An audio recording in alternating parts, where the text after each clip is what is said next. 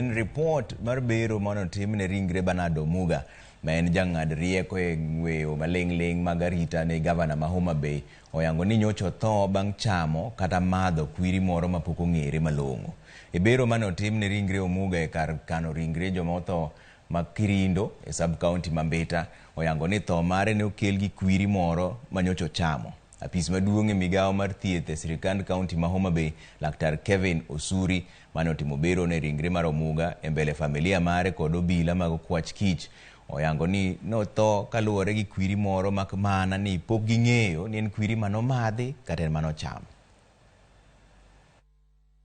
Ne wayudo ka dende onge gi mak moro amora manyiso ni nogoye kata ni nolwar kata ni gimoro notime, at least a stage mokwongo. Koro kane wabaro dende to ne wayudo findings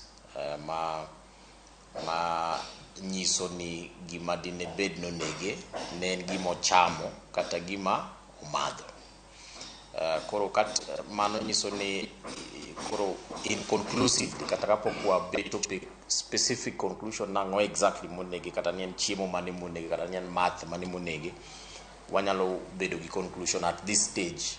ni substance, waluongo ni substance intoxication e monege.